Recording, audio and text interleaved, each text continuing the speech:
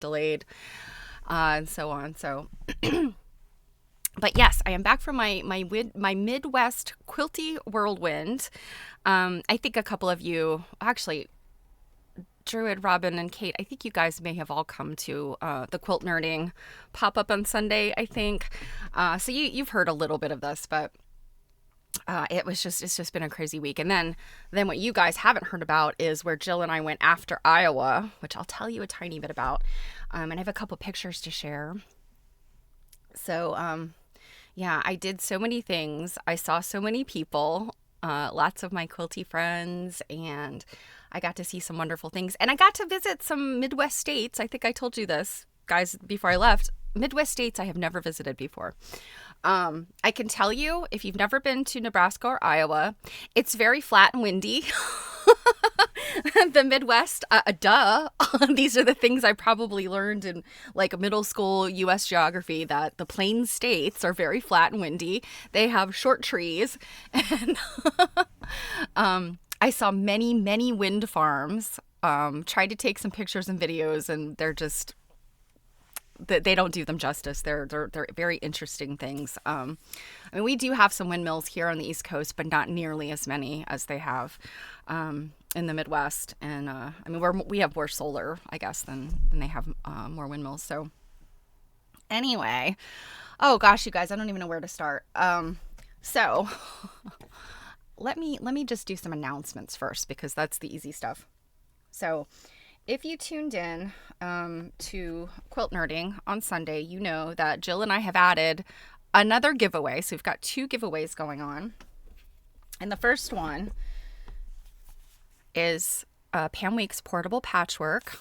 And if you were paying attention to my screen while we were waiting for me to come on board, you see, we still got the lectures coming up. Our Pam Weeks lecture is coming up on Saturday. So, Kate, open it, flip through it. You'll get a preview of what she's going to talk about. It's cool stuff. And then, of course, we're going to start reading the book on quilt nerding. And so we're going to do the drawing this weekend so we can get it in the mail to the winner. And we'll assign the chapters this coming Tuesday, so there's still time. If you want to purchase the book, you can reach out to Pam, and her email address is super easy. It's pamela.weeks@gmail.com. If for some reason she's out of copies, I'm not sure how many of them she has sold, because we've just been routing people to her. If for some reason she's out of copies, you can find it on Amazon. But we always want to support, the author and until their book goes out of print. So, but yeah, if you have any questions about that, feel free to reach out. So if you want to be part of the drawings, and like I said, we've had the portable patchwork drawing going for a while, I guess about a week. I think I did it right before we left. We've added a second drawing for some cool swag that we picked up at the International Quilt Museum, and some AQSG stuff that we got. So if you want to be part of those, they're a little bit smaller drawings, but we're going to do 2 of them. So let me give you all of the info for that so you can... Hey, where'd my link go? Okay, so first of all, and I think most of you that are listening right now probably are already a subscriber of the Quilt Nerding YouTube. But if you're not, we simply ask to participate in any of those quilt nerding giveaways that you subscribe to our YouTube channel, which I just put in the chat. And just as a reminder, most people know this, but just in case you don't, as a reminder, subscribing on YouTube is not the same as subscribing here. Subscribing here means that, you pay the subscription fee for the channel. But on YouTube, subscribe means free. It just means basically like you're following. And so all we're asking is that you subscribe and you thumbs up some of our videos, because we're trying to reach the next level with YouTube and social media. Oh man, they don't make it easy for people that create content. So, because we're not showing stupid things, not as many people follow us. So, make sure you're following us. And if you would like to sign up for the portable patchwork giveaway, that is this link that I'm sending now. And if you want to sign up for the goodies, that one is this link. And if you want to sign up for both, please do that.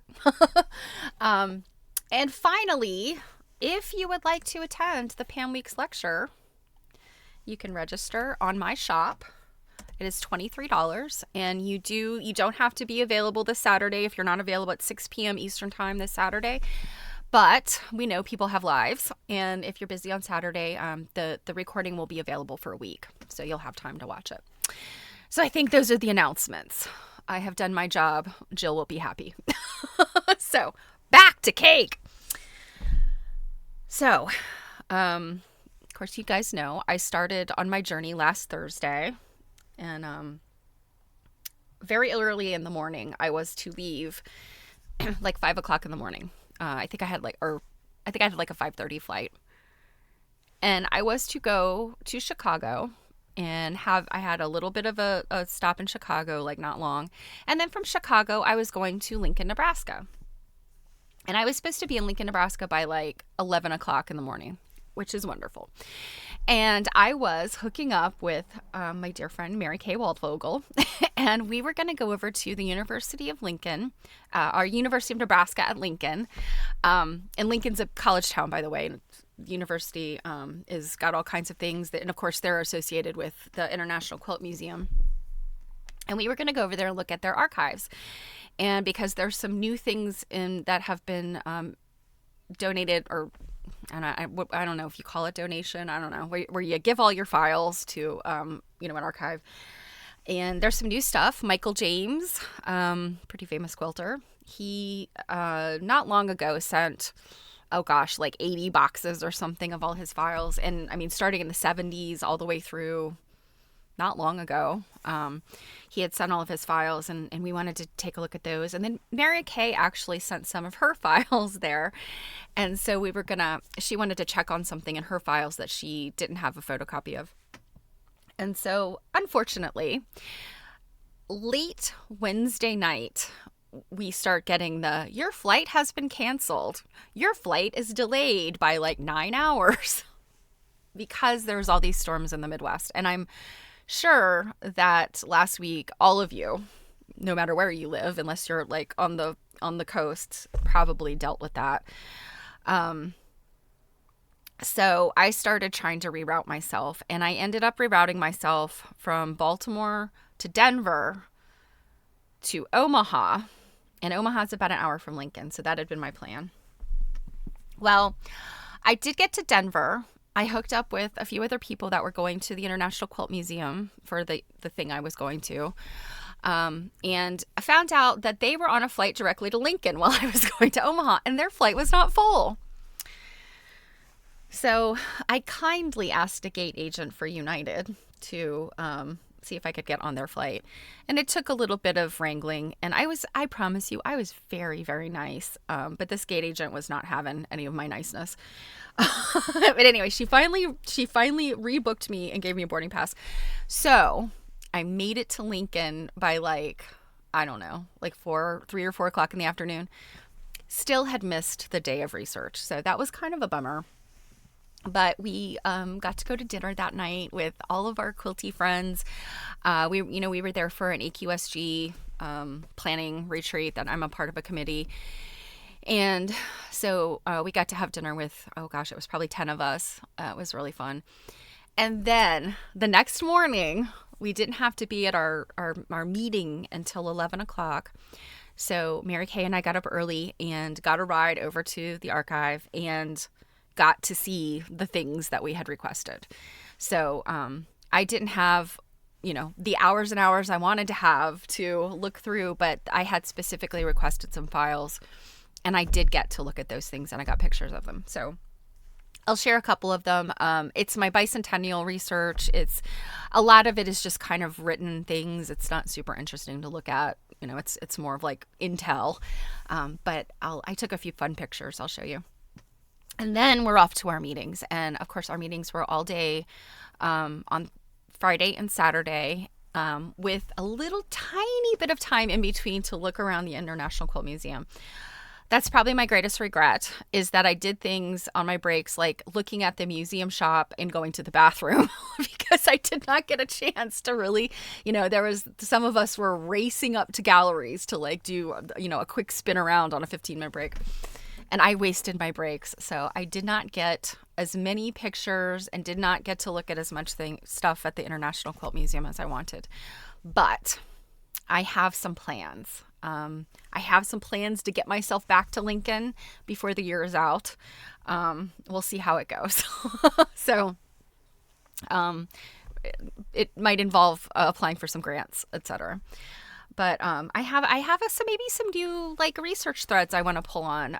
Looking at Michael James information was really interesting, and what I knew about him was really just his quilts. I did not know really anything about him personally, and I didn't realize he was quilting like way earlier than I realized. He went to the Rochester Institute of Technology, and I think he was like a printmaker, painting and printmaking, but he started quilting, and there's some really great articles. I haven't had a chance to read it. I took pictures. I didn't have a chance to read the details yet. But yeah, he's got things from like 1970 there, and some of his student stuff, but also, when he started quilting and was getting involved in quilting events and selling his quilts and, doing work for emerging magazines and shows and all that kind of stuff. So it was really interesting, and I'm really very, intrigued. And so, I guess in conjunction with the bicentennial, stuff I'm looking at, I really am interested in that 1970s, that return to quilting and that second revival or third revival. No, we're in the third revival now. That was the second revival, is 1976. So rapid fire of what we looked at. After our meetings were over, we peeled on out of there. Jill had driven cross country with her partner, and she and I and he then embarked upon a journey to Iowa. I didn't realize how close Winterset, Iowa is to Lincoln, Nebraska. Winterset, of course, is where our dear friend Mary Fons was born and raised. And if you're not familiar with Winterset, it is, of course, where the Iowa Quilt Museum is. It is where Mary's mother, the famous quilter Marianne Fons, lives. And it is also the birthplace of John Wayne and the location of the bridges of Madison County, because Winterset, Iowa is in Madison County. So that journey involved, again, lots of wind and 18-wheelers. But we arrived in Iowa on Sunday. And luckily, the Quilt Museum is open on Sundays, so we got to go there and got a private tour by Marianne Fons, because she lives just down the street, literally a block away. She walked down, and she was actually going to be in the museum that afternoon anyway, and so she came down and she gave us a tour and showed us some of the back rooms, back scenes kind of stuff. The Iowa Quilt Museum does not have a collection. They are really almost more like a gallery, and they do other events and things that are related to quilts, but they don't maintain a collection. So most of what we got to see was just some behind the scenes things in like the historic building. If you guys remember, if you watched Quilt Nerd with Mary Fons, she streamed a number of times from the museum. So it felt like I'd been there because I recognized everything. It's a really cool space. It used to be the old J.C. Penney's. And, I remembered all of Mary's stories about, when she was little, she and her sisters, Marianne took them there to buy, all of their things, their snowsuits and training bras and all that stuff. So that was really fun to look around there, and just the little town of Winterset. Of course, unfortunately, everything else in Winterset is pretty much closed on a Sunday. It is a small enough town that they literally roll up the sidewalks and everything's closed. But it was a really beautiful day, and, blue skies, and, again, just getting to see the things that, people have referenced, but that I had never been to. So that was fun. And then Monday we hopped on the road. Of course, we did a pop-up stream on Sunday night. And then on Monday we got on the road and we went to Minnesota. And that was, I don't know, another few hours. It wasn't terribly long. I think maybe it was 3.5 hours. And I had been to Minnesota many, many years ago. Since before my son was born, and my son is 27. So whenever it was at least 28, 29 years ago. So I really didn't remember much about Minnesota. It was one of those things. I flew into town for a training, kind of got whisked to a hotel and did training kind of back on the plane and then gone. So I never got to see any of Minneapolis. Well, our dear friend Dawn lives, I don't know if you'd call it like, it's not the center of Minneapolis. It's like she kind of lives on the other side of the Mississippi River, and you can sort of see some of the downtown, the big tall buildings. She lives in a spot where there's, I guess it's residential on both sides of the Mississippi. And she lives in a building that is built on the site of an old flour mill. So, oh my goodness, did one of y'all nerds call me from Minnesota? Someone called there this week. I don't think so, Druid. There's no telling in terms of pocket dialing, but it might just be coincidental, and the robocallers, they probably knew we were in Minnesota, and they're reaching out to harass you and make you think, that's the crazy thing. Maybe AI is in charge of the robocalls now. They're trying to get you to answer. I wouldn't be surprised by anything.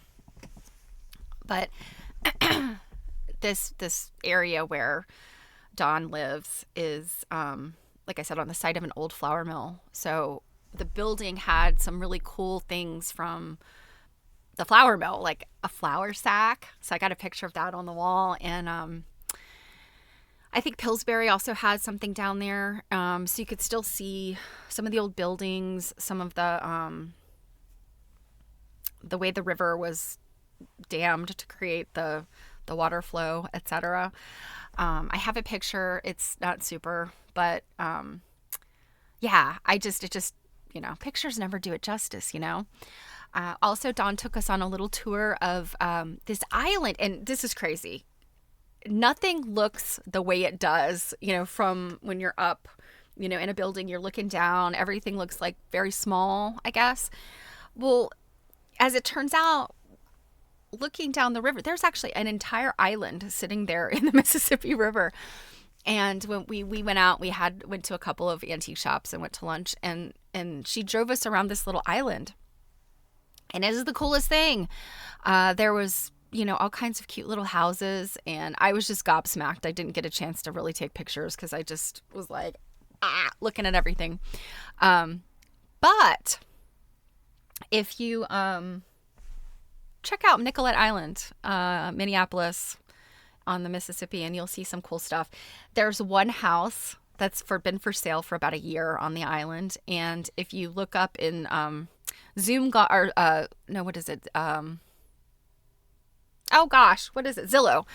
Gone Wild, apparently you can see the pictures of this place, and Dawn showed me some of them, and I was like, oh God, I don't think I could see why it's been on the market for a year, because it's a beautiful like townhouse type thing, but what they've done with the decor is absolutely insane. So that was fun, just to sort of see all that. So it was a Minnesota number, yeah, my number would come up as Maryland, and I hope you have my number in your contact list, Druid. So yeah, and then oh gosh, you guys, I wish that I had pictures, but I don't, because I can't. Dawn is an active lecturer, author, designer, so most of her collection is kind of off limits to the public eyes, kind of like museums like to keep their, some things under wraps. And so Dawn's collection is no photos. She did allow me to take pictures of a couple of things, and I'll show you those. But, oh my gosh, you guys, just her collection was amazing. And Jill and she basically gave Jill and I like carte blanche. We could request anything. She's got her things stored in some cases in sort of, like glass front bookcase kind of things. She's got lots of books. I don't feel so bad about my book collection anymore. And then, yeah, just so many fun things. I got to see some of the things that are in Dawn's books. And again, those of you that have followed us on Quilt Nerding, we read one of her books last year and we interviewed her. And so we got to see some of those things that had been in the books along with, other things in her collection. So it was just so fantastic. And then, of course, I had to hop on a plane yesterday, which was delayed again in Chicago. And I spent a miserable 3 hours in Chicago eating McDonald's and hating on United. And then I got home last night. So that is the verbal description, and I will show you the pictures. So no, not in Missouri. I went Minneapolis to Chicago is you're not even in the air for a half an hour. I don't think it's about an hour from, end to end. And then from Chicago, I went straight to Baltimore. And I was apparently on a flight with a bunch of college kids who were I'm thinking they must have been going to something at Hopkins because Johns Hopkins.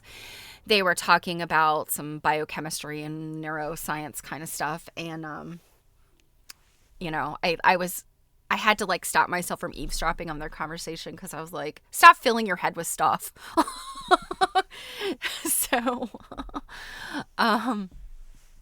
anyway, you guys want to see some pictures? They're weird pictures. They're fun pictures. They're weird pictures. So let me pull my screen up here. The first picture is actually not quilt oriented, but I was like, this is a feminist thing. And I thought that this was an interesting thing to see. So I'm in the Denver airport and I'm texting, trying to let people know I was there. And, I've got my phone kind of tucked on my shoulder, and I went in the restroom and I'm kind of trying to, get all my stuff from falling on the floor. And I go to grab a piece of toilet paper, not looking. And what I touch is that's not toilet paper. What am I grabbing? Well, what you see here are the free feminine hygiene products that the Denver airport has. And, granted, is it all that you need? Perhaps not. But I have never seen this before. Literally sanitary napkins on a roll. Just rip them off as you need. I mean, what an incredible thing. For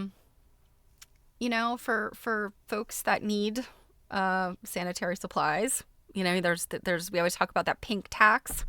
Some places will tax those items, whereas other things in the pharmacy don't get taxed. Women's products or, people that have period, need products, gets taxed. So it was really kind of interesting to see that they give it away for free in Denver. So good job, Denver Airport. I'm all about what you have there.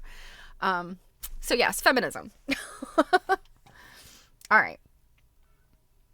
So this was one of the first things that I looked at when I was in the UNL archive. And so, right, Druid? Yes, I agree. And also I can say the Iowa Quilt Museum, because I used their restroom. They also have free products. Or no, not Iowa, International Quilt Museum.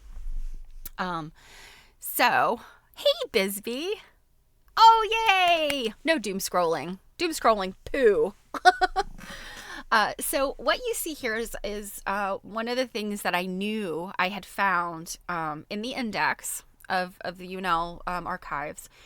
And, if you've never done research before, in libraries and archives, they do kind of a nice thing where they look through all the papers and they organize them and they index them. So that, for example, Michael James has X number of boxes. Let's say it's 80 boxes. I think it's more, but just say 80 boxes. And his are chronological. So box number 1 is starting in the 70s. And they'll go through and they'll kind of group things together. And I think that Michael James probably had like a pretty well organized files. So because it seems like they've indexed them pretty quickly. So every file folder, they'll note what it is. And in this case, this file folder was the Somerset Bicentennial quilt. So I knew that I wanted that particular file folder. Well, they don't pull the folder. They'll pull the whole box for you. And the boxes are sort of, they're, I don't know, how big is that? 6 or 7, maybe 8 inches by, sort of a legal sized paper kind of size. And they'll bring you that whole box. And so I often will sort of look through the things that are around the folders that I requested. So I found some interesting things. Like I said, I wish that we had more time. By the time we got in there, we only had about maybe an hour and 45 minutes. I don't even know if that was that long. It was probably closer to like an hour and 15 maybe. But this was specific to something I wanted to look at. And so this is a quilt that he was involved in. Each of the blocks are, made by a different person. And one of these is his. And he might have made more than one. I have to look at that later. But this was a booklet that came out about it. It had the annual town reports in it. And then there were lots of fun newspaper articles that he'd clipped. And this is the great thing. Like if you're in the newspaper, if you get in some kind of publication, people save these things, right? It's great to have publicity on yourself. So he had, he was written up in the newspaper a lot. So he had lots of clippings. And I don't know if he had done the photocopies or if the archive had done the photocopies. In some cases, some libraries and archives are now scanning and digitizing and not keeping as much paper, particularly paper like news clippings they're sort of poisonous because the tannins and all the stuff starts to eat away at everything. So in some cases for things like this, they will actually just do copies. But I think that these might have been photocopies he took because you can see here there's a name written in. And so this has him credited as the creator and designer of the Somerset Bicentennial quilt. But he did not make the whole thing himself. He had other people working on it with him. Now, this is a separate thing. He also made a quilt, and I'm not going to show you the picture of it because that's part of my research. But he won first prize for an abstract quilt by an individual. And this was the little card that he got for that. So he was doing multiple things at the Bicentennial. And again, this is what's so interesting about Michael James. Lots of people were not quilting in the 70s. So not only was Michael James, quilting, he's also a male quilter, which at that time, there's very few. Throughout the I guess the later 70s and the 80s, we have Joe Cunningham. And then, as we progress into the 90s, you get other men that are involved like Ricky Timms. And now I have not enough fingers and toes to name all the male quilters that I'm friends with, much less that I know. So, it definitely has been a gender, more inclusivity. And that's an odd thing to talk about, is the inclusivity of men in quilting because it is a woman's art. So that's it's kind of like it turns the whole, gender inclusivity on its head. But the contributions of these men in quilting are they're important, and the things that they did are important. So I'm excited to research Michael James's work and learn more about it. Now, then we got to go over to, and hopefully Mary Kay doesn't mind. I took several pictures, but we got to go over to the International Quilt Museum. And the International Quilt Museum has gone through several name changes. It started off as Quilt House or International Quilt House. Then I think it was pretty quickly, it became the International International Quilt Study Center and Museum or something like that. It was a much longer name. And now today, of course, you would know it as the International Quilt Museum. But this is the little dedication here, Quilt House, dedicated to the people of Nebraska and to quilters and quilt lovers everywhere who have made the dream of an international quilt house a reality. Artist and Robert James.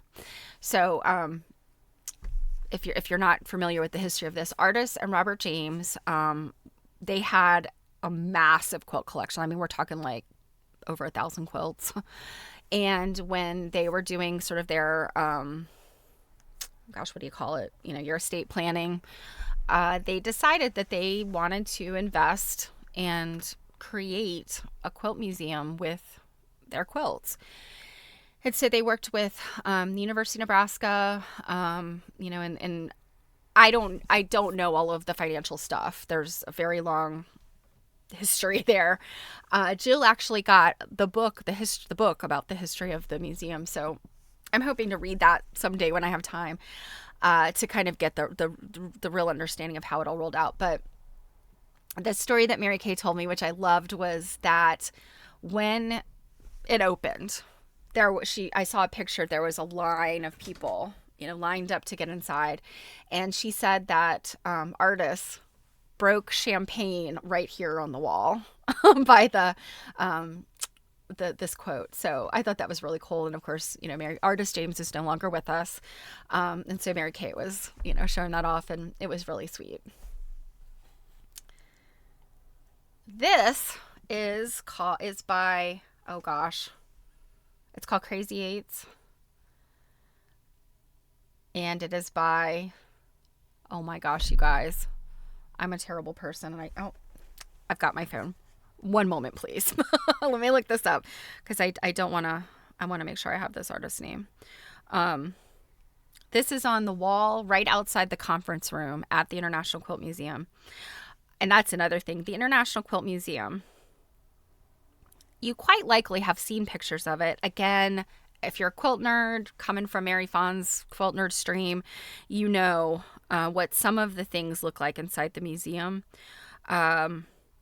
Because you've seen lots of it. You've seen the area where we got to do our meeting, because it is, it's sort of a, like, right when you walk in, it's kind of this area where they bring the quilts that are new, when they acquire, new quilts, they go in there, and then, they lay everything out, and they do all the stuff that they do. And oh gosh, where is this image? So that was where we were, and this oh, here it is. So this is called Crazy Eights by Laura Petrovich Cheney, and it's 2018, salvaged wood, made in New Jersey. So this is hanging right outside this conference room door, and like I said, the kind of the lab is sort of right there too. We got to go in there and we got to see a bunch of quilts.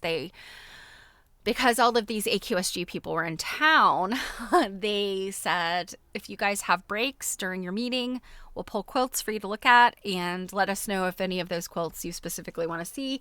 And we all said, yes, please. Here's a list of the quilts we want to see.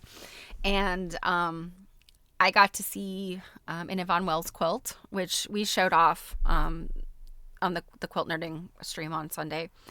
But I have more pictures I will post on my social media, and I can show you guys again that later.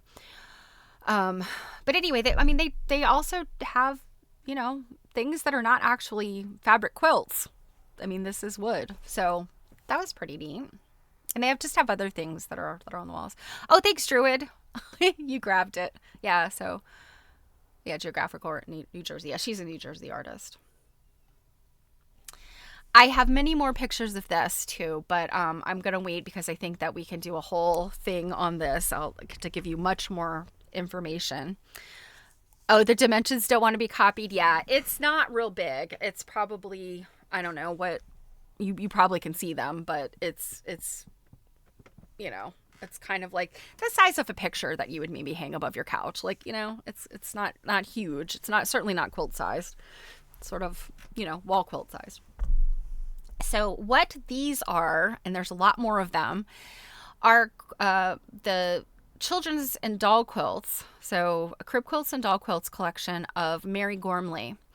And Mary Kay Waldvogel published a book with Mary, and all it is Mary's doll quilt collection, and they are fantastic. She also had a collection of these tiny beds, and you could see some of them, like these are dollhouse sized, whereas this is more of like maybe an 18-inch doll. Okay, 36 by 36, yeah. These are more of like a bigger doll, like an 18-inch doll. Like Babraham would have been absolutely thrilled because all of these little beds were just about his size. But this is what's really interesting is they are in a reading room, and there's 2 glass cases, and they were getting faded. There was worry about them getting faded. So they reproduced a set of the quilts, the little quilts, identical as possible to the originals. And so what you're actually seeing here are reproductions of Mary Gormley's quilt collection. So, but they're still gorgeous. They're fantastic, and they're just so charming. And each of the little shelves, it's not like a complete like diorama of a room, but they've got enough stuff in here, like a little dresser and things from her collection to make it look like a little bedroom.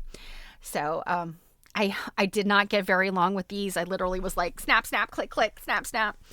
So I will show you guys these on another stream, probably next week. We can look at all of them, and we can look at the Mary Gormley book that Mary Kay wrote with her. So, and I'm trying to remember the name of it. I think is it's something endearments.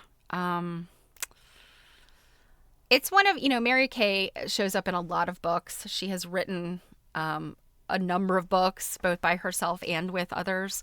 This is to me, was one of the lesser known ones. And so when I discovered that she had published this book with Mary Gormley, I was so excited because it wasn't one of the ones that, when people talk about, Mary Kay, Barbara Brackman, the things that, Bets Ramsey, the books that they've published are usually, about like the Sears contest and, Depression era quilts and,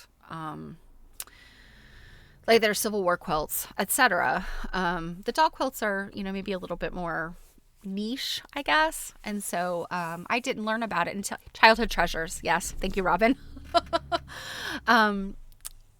So yeah, when I was really, really thrilled. I think I knew Mary Kay and was corresponding with her before I even realized that she had published this book. So check it out. It's on Abe. I know you can find it on Abe if you're super crazy about doll quilts like I am. So you'll see more of these soon. Now, in Iowa, we have a fantastic exhibit in Iowa to show you. But it will probably go through quilt nerding. So if you want to see the rest of these quilts, you gotta come along and look at quilt nerding videos. But I had to show you. This was my favorite. And what this show was, it was specifically a show of Iowa quilts. And it was in honor of an Iowa native. I can't remember. I don't think she's a Winterset native. I think she's an Iowa native. And so quilt shops in Iowa, they worked with them, I think, to choose the people that would be in the show. It's not a huge show. I didn't count the number of quilts, but it's probably, I don't know, about a dozen. Maybe there might be more, but it's not a lot of quilts. But they were just stunning quilts. They were chosen, and they're all just really awesome. Everything from like, this is obviously a very realistically reproduced antique quilt. It is a new quilt, but it is, this is antique reproduction at its finest. But also there were some art quilts, small art quilts. There were the modern stuff, like, or I would say contemporary stuff. There was maybe one or two like super modern quilts, but there were the quilts like the Lori Holt pattern. Somebody had done a really, really nice farm girl vintage quilt that was there. And, that's something we've all seen, that pattern. But, looking at this quilt maker's rendition of it, it was a really well done, very beautiful. So this was my favorite. It you'll see these again. Let me grab the quilt maker on this one so I can tell you who she is. Let's see. So many pictures, you guys. So many things that we looked at. So this is a Star of Bethlehem. The dimensions are 90 by 90, so this is absolutely a bed-sized quilt. The top was made by Cindy Hathaway from Winterset, and it was machine quilted by Dawn Kavanaugh of Rock and Bobbin in Des Moines. And I'm familiar with Dawn Kavanaugh. I think she does. I've seen her name on other things. I think she's a long armor. Well, it says machine quilted, but I'm assuming she's a long armor. So it gets into the construction techniques, but the quilt story. Let's see, I had not read this before. So unfortunately, I guess Cindy is no longer with us, but it says the late Cindy Hathaway made this quilt, an exact replica of a Star of Bethlehem quilt in the collection of the International Quilt Museum in Lincoln, Nebraska. She made this in 2009, and the pattern was published in the January-February 2009 issue of Fons and Porter's Love of Quilting magazine. So that would be Marianne Fons of Fons and Porter. Hathaway was an employee of Fons and Porter when the company was based in Winterset, first as a bookkeeper and later as a sewing specialist. She created step-by-step elements for many episodes of Fons and Porter's Love of Quilting on public TV. So this lady is just so talented. I'll zoom in a little bit here. Of course, I guess I lean to the right a lot when I take pictures because literally I'm always having to turn my pictures a little bit. But I mean, you can see this is Star of Bethlehem with oak leaf and reel in the negative spaces around the star. And I think, yes, I did some up close. Now, from a distance, this looks like, let's go back to this so you can see. From a distance, you could see that there's a pattern, but it's not really immediately apparent. You know, it's dark. It looks like it's black or maybe brown. And you can't really tell, just from a distance. It's the design that pops out, right? It is so gorgeous. But then when you get up close, you can see she used a bunch of different reproduction fabrics. So you can see that this fabric on the border is different than this fabric in the star, which is different than this fabric in the oak leaf and reel. So, and I think that there's, and so you can see that there's multiple fabrics. There's multiple fabrics in here, but you can't tell from a distance. It's just, it's when you get up close and you see all of these different details, and then the quilting on it is also phenomenal, which is what this next one was. So you could see there's this clamshell quilting. The star itself, I think, was just stitched in the ditch. And I say just stitched in the ditch. I mean, when you're going to stitch in the ditch on a quilt like this, you're going around every single diamond. And I can't even imagine how many diamonds are in this. I think probably somebody who's made one of these would be able to tell you right away because there's a formula for how you make these. But yeah, when I looked at all the other quilts, and all the quilts were stunning. It's almost like being asked, who's your favorite child? It's like, it's so hard. You just can't answer that question. But this one really did it for me. So I'll go back to it real quick. Just stunning. Just stunning. And so, and you can kind of see, I didn't get close-ups of this side, but you can see this fabric changes once you get to the corner. And I think right here is just one fabric, and then you get into another fabric. So my guess, because I have not looked at the one at the IQM, and I bet you anything, it's easy to find. IQM has most of their collection online where you can search and find it. I bet that she made these fabric changes the way she did because the original did the same thing. So that would be my guess. Any place where the fabric changed, I'm certain she found a reproduction that as closely as possible matched it. So that dedication to, one for one reproduction for whether you're making it just for the joy of making the quilt or if it's for a museum or, whatever purpose, that's a dedication that I do not have. And I have so much respect for quilters that, will make these kinds of quilts, because this is difficult. This is not an easy pattern. This is some piecing that's very challenging. And then you've got, these elements, the oak leaf and reel would be applique. And often, I'm not sure on this, but, and I don't want to say often, but sometimes the reel, which is the piece in the center, will be reverse applique. So it's not just a piece that you're putting down and stitching around it. You actually have to clip inside of it and do that too. I'm not sure if that's how this one was accomplished. I didn't look that closely at it. And sometimes it's hard to tell if something is reverse applique, but this is just stunning. And I mean, you look at her points. These points match. When it comes to piecing, can guarantee you, if I've got 10 points, maybe 9 of them are not going to match. I might get 1 out of 10 that matches. So I have a lot of respect for the quilters who can piece things, because they do a nice job. Okay. So this was just I wanted to make sure that I got a picture of what this show was, and it was just called Iowa Quilts. Now, IQM in Iowa is the Iowa Quilt Museum, and they were the first IQM. The International Quilt Museum, like I said, they had a longer title at one time, and they shortened it to International Quilt Museum, and so they also are IQM. It gets confusing, particularly since they're only like 2 hours apart. But we figure it out. It's quilts. Everyone loves quilts. It's just a matter of figuring out where they are. And like I said, this was in honor of Velma Van Scoy. And Pieceworks Quilt Shop is the quilt shop that is maybe 4 storefronts down from the Iowa Quilt Museum. And then there is a list of all of the other quilt museums in Iowa that contributed. And so, like I said, when we show you this exhibit, you'll see all of those details. But this is the cute quilt, the gift shop part of the Iowa Quilt Museum. When you first walk in, you're sort of in the gift shop, and they have just such cute things.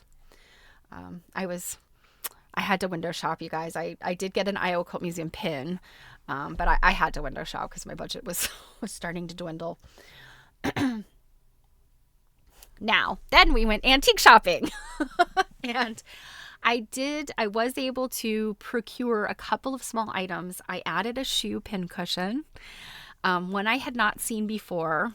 If you guys remember, I have those, they're plastic, they're Japanese, probably from this like 60s. And it's like a pump, a shoe. I have a red one and I have a yellow one. You guys, I found a green one. So, and it was $9. So it was a good bargain buy. But what I did enjoy was looking at stuff that I haven't seen in East Coast antique stores. This was not necessarily one of those things, but it is so interesting to me to look at antique stores in different parts of the country. And now I am not a fervent antique shopper the way that Jill is, because Jill is looking for things either for her own collection or for her inventory. And so she goes to lots and lots of different antique events and shows and just sort of browses antique stores a lot. It's part of her job. I mean, she's a dealer. That's her job. So I'm really looking at, I'm usually just sort of tagging along. And I will pick up things that are either relevant to research. I did not buy this, by the way. I just took a picture. But I will look for things that are relevant to research or for my collections. And you guys know I collect pin cushions and lots of little oddball things and baubles and treasures. But this, I'm always excited to find bicentennial stuff. This is a child's bib. And it's made out of course, plastic. And it's got the consistency of like a shower curtain, a shower curtain liner, that sort of yucky, cheap plastic. It was trimmed with like a little fabric binding, and it sort of has the 2 pockets. And this was interesting. I had these for my son too, but I didn't ever seen one like this. It buttons in the back around the neck, and then it has snaps here. So I guess you could like snap it in the underarm. So it was literally almost like a little garment more than it was a bib. But 76. So this thing was almost 50 years old. And it had indeed 50-year-old food stains on it. So and of course, there were Sunbonnet Sues. I would say that we ran into at least a dozen Sunbonnet Sues or Sunbonnet Sams or overall Bill or overall Sam, whatever you call him. Her partner's got many different names, but the sunbonnets. I only took pictures of a few of them, and it is, of course, because they're the weird ones. So this Sue, as you could see, has a weird hand, arm, I don't know, situation going on. Jill, of course, had dirty things to call it. You can use your imagination. You know how. You know. Jill's got that humor. But when I showed the pictures to Dawn, she, interestingly enough, saw the same thing I did in this one. Of course, Druid. Druid got it. But if you look at and actually, I guess sort of all of these, if you look at them, the way that they've embroidered, it almost to me looks like a dog, like kind of lifting its head up. I don't know if you can see this, and Dawn saw it too. This almost looks like an ear, even though I think it is actually sort of the side of her bonnet. And then you've kind of got these little embroidery pieces here that almost look like eyes that are closed. And then the top part of her bonnet almost looks like a nose. And then this, of course, would be the body. But oh yeah, Robin. Okay, yeah. That is exactly what. And so this, of course, will go in my my photographs. I need to make note of where we saw it. The antique shop that we were at was, and I shouldn't call it a shop because it was like an emporium. It's called the Brass Armadillo. And I know any of you that have lived or traveled in the Midwest might be familiar. And even not even the Midwest. There's one in Denver. There's one in, I think they have 6 different locations, and it is big. It's like one of those big antique mall things. They're very organized. I don't think I've ever seen like an antique mall this organized. It had like the aisles that you would go down actually had things hanging down that had like they made up street names for these aisles. Of course, every booth is numbered. I'm sure many of you have been to like just antique malls in general. So, you've got each vendor has the numbering system. But they also would give you a sheet and it had all of like the avenues within the mall, and you could write down like if you were browsing, maybe and didn't want to like, put things in your cart. And yes, they had a cart. You could take a cart with you. You could make notes about what booth you saw things in. So they were very organized. So it was super interesting. We don't have that kind of organization here on the East Coast all the time. You sometimes go to an antique mall and it's like free for all. Dig through things and good luck. Good luck finding something if you don't pick it up right away. And then this was the other Sue. This had to have been a collaborative quilt because none of the Sues are quite the same. The blocks are all the same size, of course, but and there's many fabrics repeated, but they don't look the same. And you can see like just here how the hat is different on this one. This one, the hat's tipped up more like it's supposed to be. They're all sort of different. They have this big blob for a foot and then this big blob for an arm. Some of them, the arm is a little bit more arm-like. This one up here, this yellow sort of gold fabric, I actually have some of that fabric. I think Kate sent it to me. I couldn't even call it an arm. It looked like a giant pocket. It didn't look like an arm. So, these things always are so charming, even though they're weird. And I don't know that I would certainly not want to own this one, particularly for the price they were charging. Oh, and I think that was something I was getting ready to say earlier, and I didn't finish my thought. It was really interesting looking at the prices on things. There were things that I would say are consistently priced across the country. Because I now have done some antique shopping in California. I've now done some in the Midwest, and of course, I've been to a lot of places on the East Coast just over the years, and particularly lately with Jill. So I would say quilts are probably about the same. You get, most quilts are somewhere in the range, depending on how old they are and what their condition is. They're anywhere from like $50 to like $350. And then you'll get those oddball ones where you may find a quilt for like, something super garbagey, like, in very bad condition or just like not very well made. And you'll get a vendor who thinks they're going to get $1,000 for that. So there's oddballs. And then you'll get ones where you'll find something and you're like, oh my God, does this person not know what they have? Because they're charging hardly anything for it. But for the most part, you're finding these quilts that are kind of in that range, in 100, 300, they're kind of all in that range. I want to say this was just a big giant 9-patch essentially. And I want to say this was probably, I think they were asking about $90 for it, if I remember correctly. And I was like, no, this is not worth $90. No matter where you go, this is not worth $90. But, on the market. But there were other things I saw that, prices all over the place and kind of not, kind of cheaper than here on the East Coast. And then there were other things I saw where I was surprised at how much more expensive they were than here on the East Coast. So, it was just very, very interesting. And, I'm sure a lot of it has to do with, cost of living in different areas and, et cetera. But here's the crazy thing. I would say the cheapest, and I say cheap, is objective.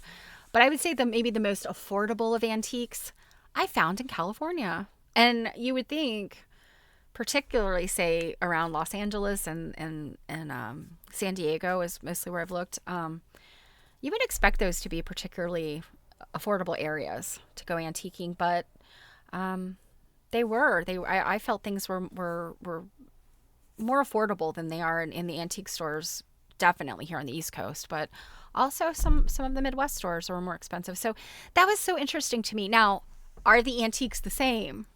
Not really. California has a lot more old vintage. And, when you talk to antique people, there's some question about what constitutes vintage, what constitutes antique. I think the most common one I've heard is vintage is 50 years and younger, whereas vintage is 50 years and older, antique is 100 years and older, or something like that. I hear different things, but I think 50 and 100 years is what I've consistently heard. You're going to find a lot more things in that vintage, 20th century, early 20th century range, I guess, than you do here on the East Coast. Here on the East Coast, any antique store, you're going to find things from a whole range of the 1800s. A lot less 1800s going on in especially Southern California. So I get it, again, I think it's just a matter of, the things just didn't make it out there. They didn't have history in the 1700s in California like we do here on the East Coast. So, it's just a matter of what things made it out there or what things were actually produced there. So I don't know. That's just me digressing on the cost of antique stores. While we're talking about penis hand Sues, sunbonnet Sues with offensive looking hands, you guys who are familiar with the Midwest know about this convenience store, but I really, really wonder why they named themselves this.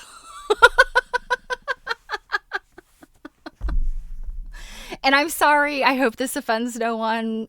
You guys, my regulars, you guys, I know you guys love these things. You think they're funny, but for anybody who's watching who's not a quote unquote regular, this is a real store. I think I got this one. I bought this one in Iowa, but we saw them in other, we saw them in other states, but they're, Yeah, I mean it's a common, and it's not a particularly. I mean, they're the one I bought this from is looks like it's a brand new store, so it's nothing. Yeah, yes, crazy branding. Oh, and Robin looked up something. So okay, so Google says the primary difference between vintage and antique lies in age. Antiques are generally considered to be over 100 years old, while vintage items are between 20 and 99. Okay, so from my son's to my lifetime. All right, so moving on from risque convenience stores.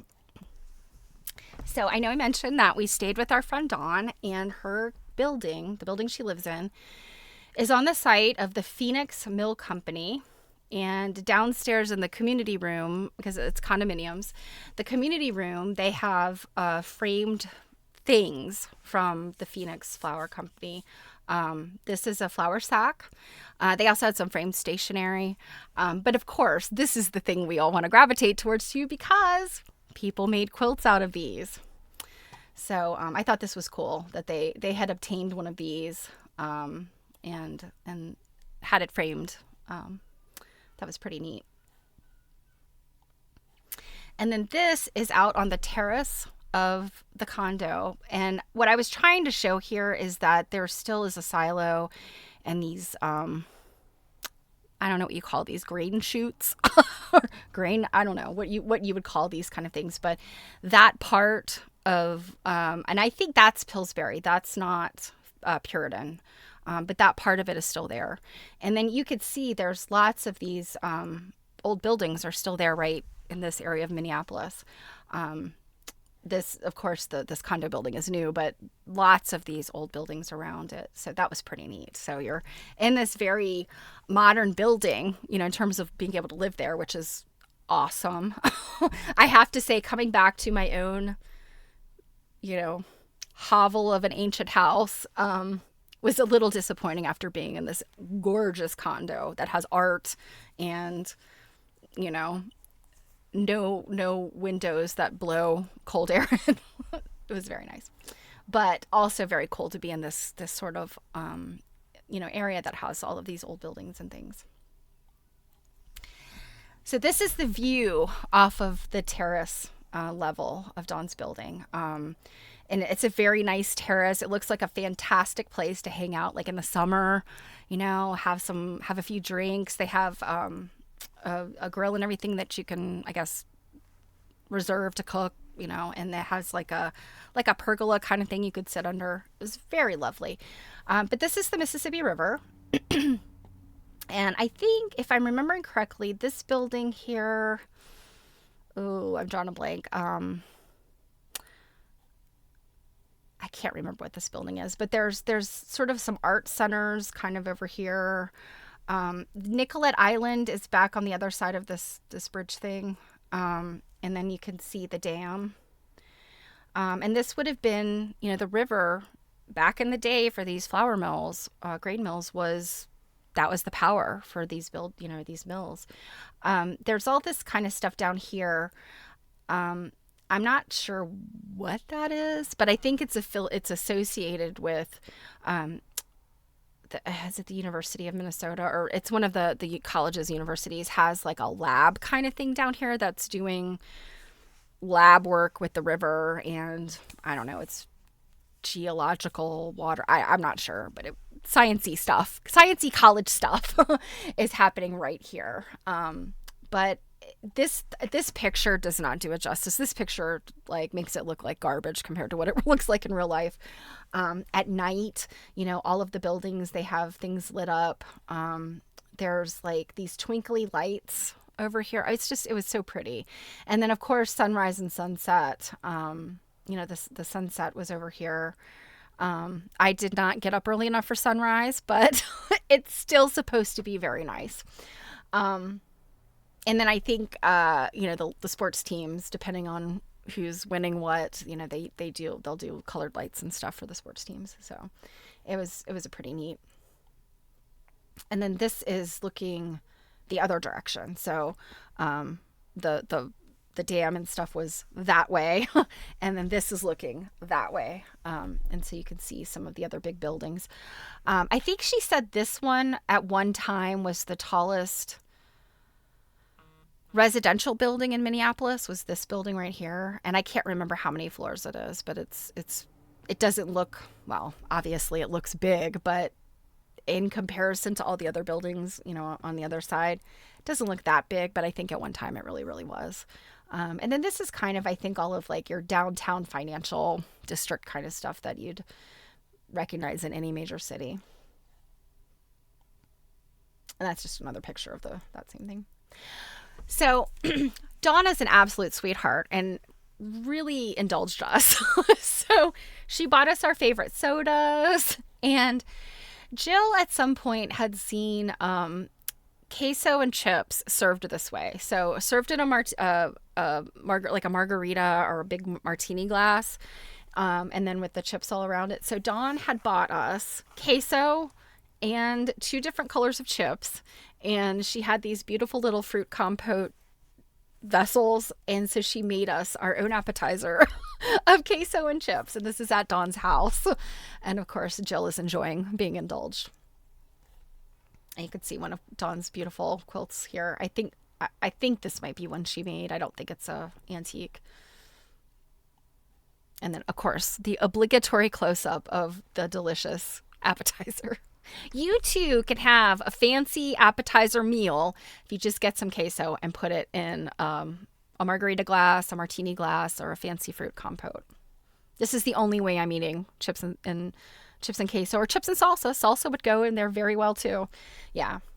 It is cute, isn't it? And then like for your own little appetizer, because, if you're eating the appetizer with somebody else, they might be double dipping. They're breaking their chip off and leaving like a hunk in there that's starting to get soggy. You don't have to worry about that with your own private chips and dip. Okay, this is a picture that is going to be photoshopped soon, but I thought you guys would enjoy it without the photoshopping. So this is the Mary Witherwax quilt. You guys know Mary Witherwax was a huge part of my last summer. I did a quilt along, and Dawn has a private Facebook group where we were posting pictures and our progress and everything. But this is the original, and Jill and her partner Sunday are holding it up. And what is going to happen, because I'm a dummy and totally forgot to bring my Mary Witherwax blocks. I had planned to be able to take pictures with my versions of the blocks and the actual Mary Witherwax. I didn't get to do that. So I'm supposed to be photoshopping my stack of blocks and all such things. Thank you, Bisbee.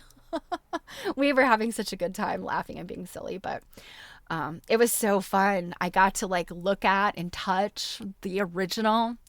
I also saw Dawn's, her own reproduction of this. She made a 1-for-1 reproduction, looks exactly the same, except instead of Mary Witherwax, she put her name down here. So I think it might just be wrong again. I don't think she put, it might be her initials. I can't remember, but she made an exact replica of it. And then, of course, mine has different colors. Mine's not an exact replica, or won't be. I'm not finished with it, obviously, because it's a stack of blocks right now.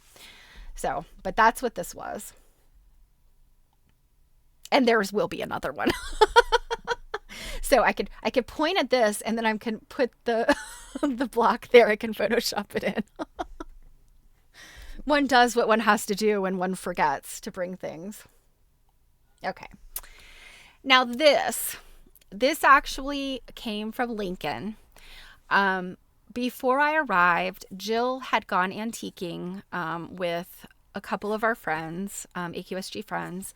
Vanessa, who is one of Jill's coworkers at the New England Quilt Museum, is a dear friend. And she fell in love with these adorable little wands, little flower wands. And so she bought one for each of us. So this one's mine. And you can tell it's made from, some old busted up cutter quilt. But, it's, I would say 1920s, 40s era fabrics, I guess.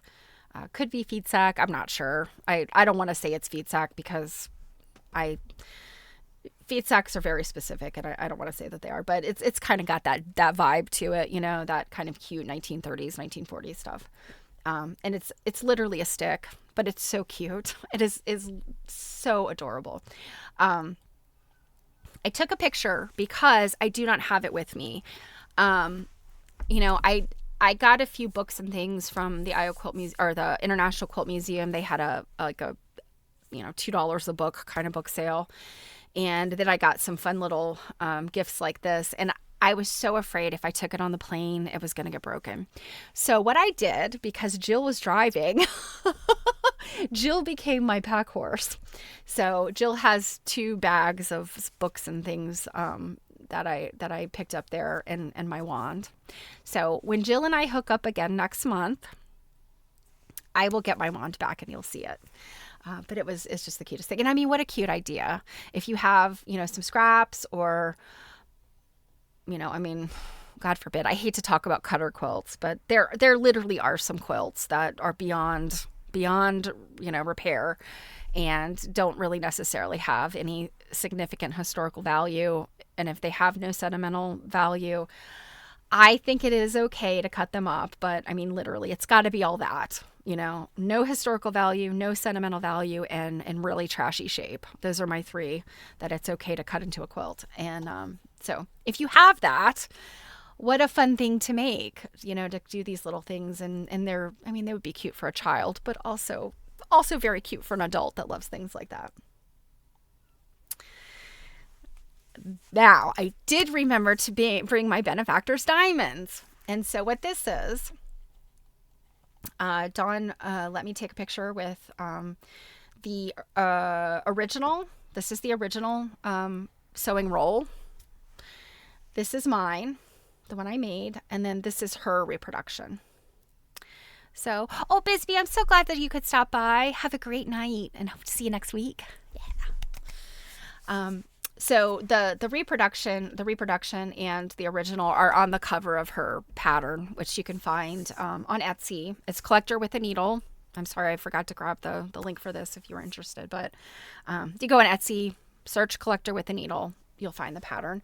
It's called Benefactor's Diamonds. And all of these little things are pockets. Even this pointy part is a pocket. And it's all English paper piecing. And then the little things down here are little wool pages, little wool needle pages. So it was a fiddly project. And I think Dawn agrees with me. There's, putting the binding on these little edges and things it is a little fiddly. But it was such a rewarding project. It took me a long time, but I'm so proud of myself. And I was so excited that Dawn was like, yeah, bring it. We could take pictures. So I had to take a couple pictures. You'll see this one on Instagram. And then, this was the picture I sent Jill. So Jill had to leave before I did. I got to spend a few more hours with Dawn. And I sent pictures to Jill to tease her because Dawn pulled more things out for me to look at. So this is the Jill mockery picture. So that was the trip. In a nutshell, you'll certainly hear more. We've got so many other things to share. So many cool things we saw. And like I said, the first few days were just a whirlwind of looking at the archive and talking to people. And of course, the things that we were to accomplish while we were at the museum that were related to AQSG. I think it was a fantastic meeting. We got a lot accomplished. And if you're an AQSG member, hopefully you'll be seeing the fruits of our labor soon. But then the rest of it, what a fantastic trip. I have to say that it was not a vacation, because I went, of course, AQSG doesn't pay me, but I am on a number of committees, and I do, the majority of my volunteer time is right now going to them because I care about what AQSG does. So, it was what you would call a work trip. And then, of course, I had research that, again, to me, that's, even though I'm not necessarily getting paid for my research other than lectures, that's still work to me. And so it was a work trip. But even the work trip part of it was absolutely thrilling. I just heard some crazy noise outside. I hope that wasn't a bad thing. And then just being able to tack some like fun, personal, visiting friends kind of things on the end of it. It's just, yeah, it was such a wonderful time. And I wish I could take you all. I wish all of you, I could just stuff you all in my suitcase and my bags and in the backseat of Jill's car and just take you all along because, when quilt-y friends get together, fun is had, hijinks abound. But yeah, it was really, truly fun. And I have to say, if you are ever in Lincoln, I have a couple of great restaurant recommendations. I got to eat at 2 wonderful restaurants and went to a third, even though I didn't eat anything. We were just meeting up with some people. But Lincoln has got a pretty good restaurant game. They've got some very nice little restaurants. And yeah, I have, we just have a list of fun things that if you're ever in that area, lots of cool stuff to do. And I have to say, I stayed in 2 different Airbnbs with other people. The second one was just me and Jill and Sunday, but the first one was in Lincoln. It was perfectly nice. It was, your average. It was like a split level type of thing. I kind of feel sorry for I'm sorry, not a split level, a duplex. It was a duplex, but it was also a split level. I feel sorry for the people in the other duplex because I'm sure that, the walls were thin and I'm sure they did not enjoy being right next door to an Airbnb. We, of course, were delightful guests, but I think it's entirely possible that not all guests are delightful. However, oh my gosh, you guys, the place we stayed in Iowa. We mentioned this when we were on the Quilt Nerding stream on Sunday, but after the stream, I poked around even more in the place. It was the cutest house. Just that kind of, I think you would maybe call it a craftsman style. It was not the kind of like arts and crafts era architecture that you would see in California, like Northern California. It was not that. It was, I guess it's just a Midwest sort of craftsman type. Sort of looks like a barn, like the top of it, like the roof line is sort of barn-like. But, and it has little porches on the back. But just the cutest architecture. I did not expect that when Jill had said she said she'd found this cute Airbnb, and I'm like, okay, great. As long as I have a place to sleep at night, I don't care what it looks like. But it's pretty awesome when you can stay in a place that's just charming like that. And I would go back there in a heartbeat. So if you need an Airbnb in Lincoln, Nebraska, I'm sorry, in Winterset, Iowa. If you need an Airbnb in Winterset, Iowa, let me know. I have the one for you. So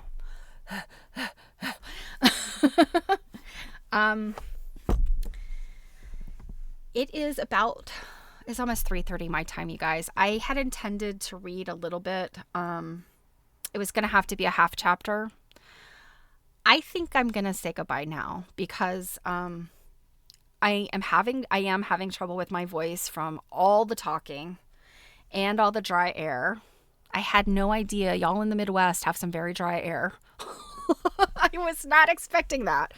And I think I need to save my voice a little bit. So, and yeah, you guys, I know a number of you are probably as introverted as me. And after an entire week of like people, travel, all the things, airport crowds, I do probably need a couple days to just be like, don't talk to me. I don't want to see anybody.